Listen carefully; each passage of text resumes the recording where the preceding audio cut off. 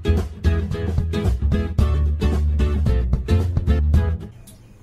Friends, welcome to my YouTube channel. मैं सोम शर्मा।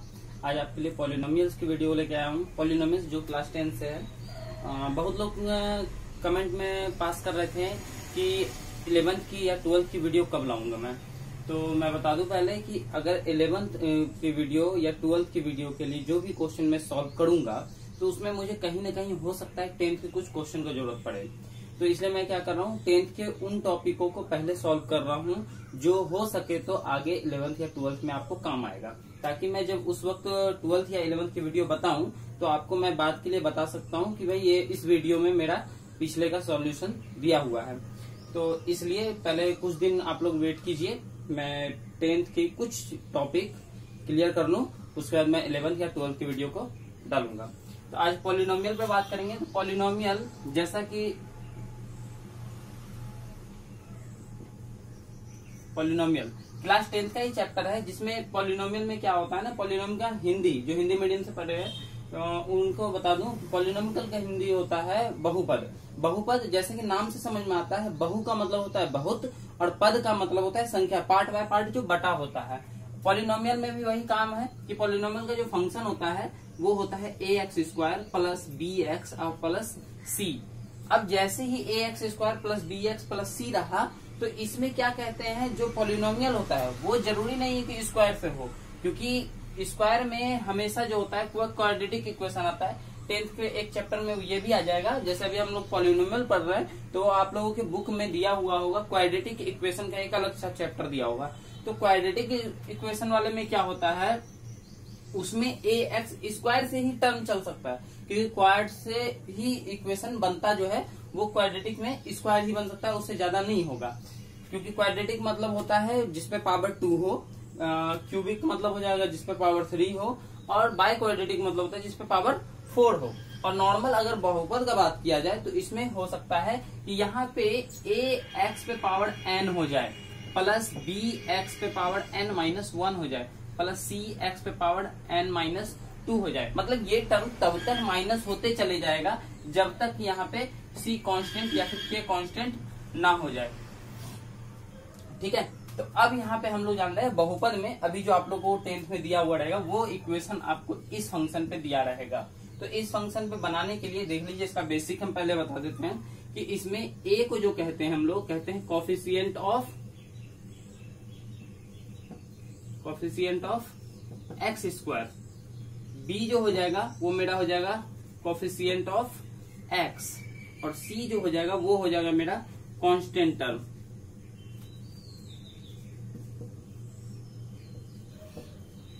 ठीक है, हिंदी में जानने के लिए अगर इसे कहते हैं x² का गुणांक, इसे कहेंगे x का गुणांक, इसे कहेंगे अचर राशि। जो लोग को जिसको जैसा समझ में आता है वो इसको देख सकते हैं। तो ये तो हो गया बेसिकली बात कि a है क्या है, b है क्या है, c क्या है। अब रहा क्वेश्चन पे। तो बहुपद का क्वेश्चन बनाने के लिए हम लोग जो सॉल्यूशन देते हैं, बहुपद का क्वेश्चन में जैसे मान लिया जाए जो भी इक्वेशन हो जाए तो हम लोग क्या करते हैं, उसमें सबसे पहले ध्यान देते हैं कि लास्ट में जो कांस्टेंट टर्म दिया होता है वो x² के कोफिशिएंट से मल्टीप्लाई होता है। तो जैसे c को हम a से मल्टीप्लाई करेंगे तो a c हो जाना चाहिए। तो इसको हम लोग क्या करते हैं, आप लोगों को समझने के लिए डायरेक्ट एक क्वेश्चन ले लेते हैं। जैसे हम दे देते हैं 2x² प्लस 5x प्लस 2। एकदम सबसे सिंपल क्वेश्चन है, 9th के बुक्स में भी मिल जाएगा ऐसा क्वेश्चन, आपको 10th में भी मिल जाएगा। तो अगर मान लिया जाए ऐसा दिया हुआ है तो हम लोग सबसे पहले क्या करेंगे, इस 2 को 2 से मल्टीप्लाई करेंगे, क्योंकि अभी मैंने कहा कि c को क्या करते हैं, a से करते हैं मल्टीप्लाई। तो यहाँ पे हो गया 2 2 जा 4। अब यहाँ पे आता है बात कि जैसे ही 4 आया तो हम लोग किस पे ध्यान देंगे, इस पे, यानी कि इस कांस्टेंट टर्म के ठीक आगे जो साइन दिया होता है वो प्लस हो या माइनस हो। अगर प्लस दिया हुआ है तो हम लोग क्या करेंगे, ऐसा 2 डिजिट सोचेंगे आपस में जिसको मल्टीप्लाई करने पे, जो अभी मल्टीप्लाई करने पे आया है 4 वो आ जाए, और इसी 2 डिजिट को जब आपस में हम लोग ऐड करेंगे तो आ जाना चाहिए 5, क्योंकि यहाँ पे क्या दिया हुआ है, 5 दिया हुआ है, और यहाँ पे प्लस दिया था इसलिए प्लस करने पे। अगर यहाँ माइनस दिया होता तो हम लोग माइनस करने पे लाते हैं। तो अब हम ध्यान देते हैं कि भाई प्लस करने पे आ रहा है क्या। तो देख रहे हैं यहाँ पे 4 × 1 अगर किया जाए तो 4 होता है, और 4 + 1 किया जाए तो 5 होता है। तो देखिए कभी भी आपका क्वेश्चन गलत ना हो, इसके लिए हम लोग क्या करेंगे, कभी भी गलत ना होने के कारण, हो सकता है कभी बाय मिस्टेक आपका गलत हो जाए, अगर आप लोग किसी और नियम से ट्राई लेते हैं तो, क्योंकि समझने में हो सकता है दिक्कत हो जाए जो नए स्टूडेंट हैं तो। लेकिन अगर इस मेथड पे चलते हैं हम लोग तो कभी गलत हो ही नहीं सकता, पॉसिबल ही नहीं गलत होना। तो यहाँ पे हम देख रहे हैं कि इन दोनों में सीधा सीधी बड़ा जो होता है, जो बड़ा होगा उसको पहले लेके चलना है। इसके लिए हम लोग क्या करेंगे, पहले इतना सा पार्ट को उतार देंगे। तो 2x² प्लस नोट हो गया। अब ये बाद वाला भी हम लोग नोट ही करते हैं, +2 जो दिया हो ये सब इतना मेरा उतरता है, इसमें कोई भी फेरबदल नहीं होगा। अब यहाँ पे हम सिर्फ फिर 5x को इस टर्म को लेके चलेंगे। तो ध्यान देना है क्या कि इसको लिखने के लिए पहले जो बड़ा होगा वो लिखा जाएगा। तो हम यहाँ लिखेंगे 4x, क्योंकि यहाँ 4 था तो इसके साथ x था इसलिए 4x। अब ध्यान देना है क्या कि 4 के साथ क्या किया जाए कि वो 5 हो जाएगा। तो निश्चित है 1, यहाँ तो 1 मिला ही है, तो यहाँ पे हम लोग ऐड करेंगे 1x तो ही ये 5x पूरेगा। ठीक है, अब देखिए यहाँ पे क्या 2x² इससे मिल गया, प्लस इससे मिल गया, 4 1 5 इससे मिल गया, +2 इससे मिल गया। अब कुछ नहीं करना, जैसे 4 पार्ट में बटा, अगर आप ये बड़ा छोटा ध्यान नहीं देते हैं तो हो सकता है अगले स्टेप में आपका जैसे आप बनाने लगिएगा बहुत सारा क्वेश्चन तब तो गलत नहीं होगा, लेकिन जो नए स्टूडेंट हैं जो स्टार्ट करेंगे पॉलिनोमियल पढ़ना, उनको हो सकता है कंफ्यूजन हो और वो कॉमन लेने में गलती कर दें।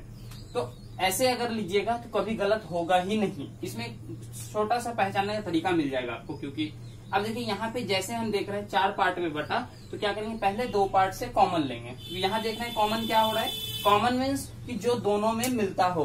तो यहाँ पे मुझे 2x मिल रहा है, तो यहाँ पे मैं रखूंगा x + 2 जो बच रहा है। जैसे 2x से निकाल लिया तो 2 निकल गया और एक x निकल गया, तो यहाँ 1x बचा, प्लस बच गया, यहाँ पे से x निकल गया और 2 निकल गया, तो 2 2 4 मीन्स 2 बचा। अब अगला स्टेप जो कॉमन होगा इसमें से हमें क्या ध्यान देना है कि जो साइन यहाँ पे होगा वही साइन कॉमन होगा हमेशा, अगर आप बड़ा छोटा वाला मेरे हिसाब से लेके चलते हैं तो हम यहाँ ले लेते हैं +1 और बचा मेरा x + 2। और ध्यान रहे कि अगर आप इस प्रोसेस से चलते हैं बड़े छोटे को ध्यान रखते हुए, तो हमेशा आपका क्या होगा कि जो टर्म यहाँ होगा वही टर्म तो यहाँ होता ही है। पॉलिनोमियल में क्या है, एक चीज फिक्स है, जब कॉमन ले लीजिएगा ना तो ये टर्म और ये टर्म हमेशा मिलेगा। ठीक है, और अगर कभी क्वेश्चन आ जाएगा आपका रूट वगैरह वाला, तो आप लोग रूट वगैरह वाला क्वेश्चन बनाइएगा और कमेंट कीजिएगा मुझे कि कौन सा क्वेश्चन नहीं बन पा रहा। जो क्वेश्चन आपसे नहीं बन पाएगा वो मैं अगले वीडियो में सॉल्व कर दूंगा उसे। ठीक है, तो यहाँ रहा, जैसे मैंने x + 2 कॉमन लिया तो बचा मेरे पास क्या 2x + 1, ये हो गया मेरा आंसर। ठीक है, तो ये हो गया बेसिक। अब हम ध्यान देते हैं कि भाई क्वेश्चन कैसा कैसा हो सकता है। बनाने का तरीका तो सेम है, हर एक क्वेश्चन का बनाने का तरीका सेम होगा। और अब मैं सिर्फ बात करूंगा कि जितना भी क्वेश्चन ये बन रहा है इसको भाई अगर टॉपिक बदल दिया जाए तो कैसा कैसा हो सकता है।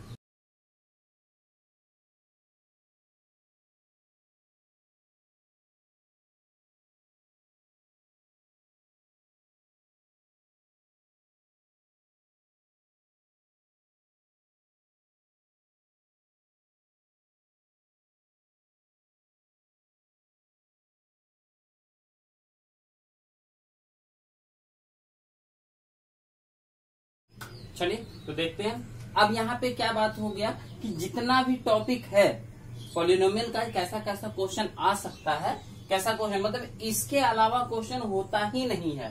तो यहाँ मैं 8 पार्ट लिखा हुआ हूँ कि भाई 8 पार्ट में से क्वेश्चन आएगा। जैसे पहला क्वेश्चन मैंने लिखा कि यहाँ पे क्या होगा, ये प्लस और ये प्लस होगा। अगले टर्म में एक ऐसा क्वेश्चन हो सकता है जिसमें ये तो माइनस होगा बट लाना हमको प्लस में ही होगा। तीसरा हो सकता है कि भाई ये प्लस हो ये माइनस हो और ये माइनस हो ये प्लस हो। बेसिकली यही 4 क्वेश्चन होते हैं, उसके बाद नहीं होते हैं। इसी को हम लोग थोड़ा सा बदल के लिखे हैं। जैसे कि देखिए इनमें से यहाँ माइनस और यहाँ माइनस होना चाहिए। जैसे यहाँ माइनस है तो यहाँ पे भी माइनस है। मतलब क्या किया मैंने कि इन तीनों को माइनस से मल्टीप्लाई कर दिया, जिसकी वजह से क्वेश्चन एक ऐसा तैयार हो गया। इस तीनों को मल्टीप्लाई किया जब तो क्वेश्चन ऐसा तैयार हुआ। इसमें किया तो ऐसा हुआ और इसमें किया तो ऐसा हुआ। मतलब रेयर केस में अगर ऐसा क्वेश्चन आपको दिख भी जाता है तो बनाना मुझे क्या है, इसी तरीके से बनाना है। क्या करेंगे, सबसे पहले माइनस कॉमन ले लेंगे। जैसे इसमें मैंने माइनस कॉमन लिया, माइनस कॉमन लेते ही हमारा क्वेश्चन जो होगा ये इन चारों के टर्म में आ जाएगा। अब इन चारों में मैंने अभी इस टाइप पे तो आपको बता ही दिया, तो आप क्या कीजिएगा, इसको वैसे ही सॉल्व कीजिएगा, इसको भी वैसे ही सॉल्व कीजिएगा, इसको भी वैसे ही, इसको भी वैसे ही। जब आपका सॉल्व हो जाएगा तो वो ऑटोमेटिक लास्ट में जो भी टर्म बचे आप माइनस से उसमें इंटू कर सकते हैं या उसको वैसे ही छोड़ सकते हैं। आपका जो आंसर होगा वैसा सही माना जाएगा।